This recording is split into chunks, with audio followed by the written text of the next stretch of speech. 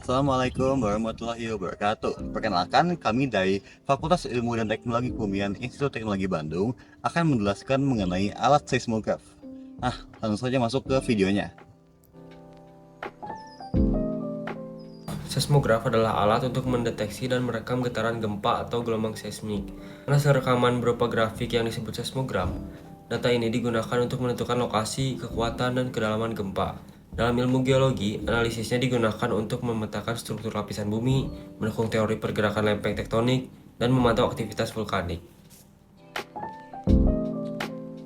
Dalam peristiwa gempa bumi, seismograf mencatat dua jenis gelombang seismik utama, yaitu P-wave atau gelombang primer dan S-wave atau gelombang sekunder.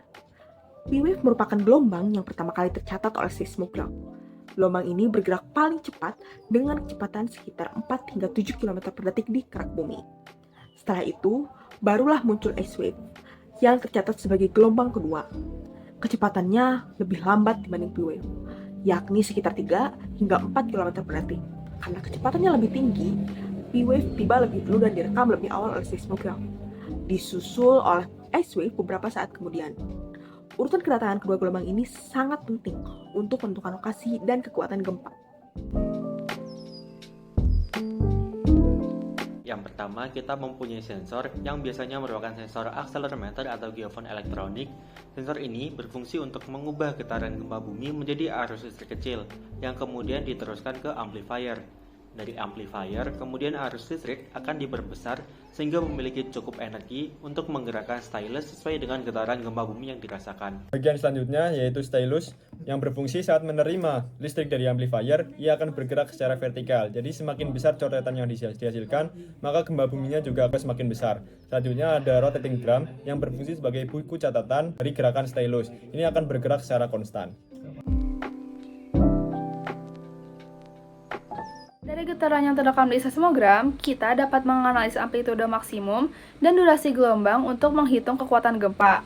Awalnya digunakan skala Richter yang menghitung magnitudo berdasarkan logaritma amplitudo gelombang seismik, dikoreksi dengan jarak ke pusat gempa. Tapi untuk gempa besar ternyata skala ini tidak cukup akurat. Karena itu, sekarang digunakan skala magnitudo moment atau MW yang memperhitungkan total energi gempa berdasarkan luas patahan, besar slip, dan sifat material batuan. Nilai MW diestimasi dari karakteristik gelombang yang direkam oleh seismograf digital.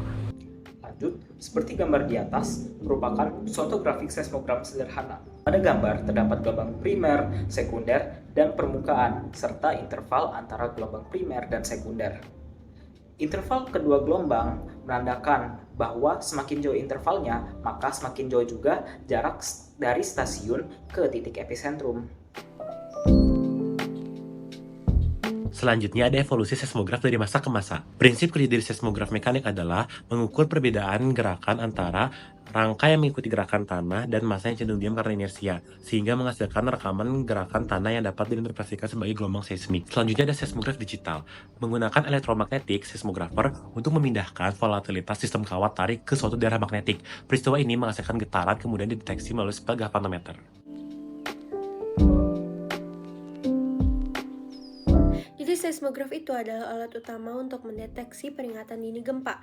Jadi saat gempa terjadi, sensor mendeteksi gelombang awal atau P-wave yang bergerak dengan cepat namun belum merusak. Data ini langsung dikirim ke pusat pemantauan untuk memperkirakan lokasi dan kekuatan gempa dan memberi sinyal ke wilayah yang akan terdampak dengan memberi waktu beberapa detik hingga menit sebelum akhirnya gelombang merusak itu datang. Namun seismograf ini memiliki keterbatasan. Perlu diingat bahwa seismograf ini bukan alat memprediksi melainkan alat mendeteksi. Jadi seismograf ini hanya bisa memberi peringatan setelah gempanya mulai, bukan memprediksi kapan gempa akan terjadi. Tantangan juga termasuk dalam keterbatasan transmisi data dan keterbatasan dalam jangkauan di wilayah terpencil. Nah, kira-kira seperti itulah materi-materi yang telah kami sampaikan dalam video. Semoga bermanfaat. Wassalamualaikum warahmatullahi wabarakatuh.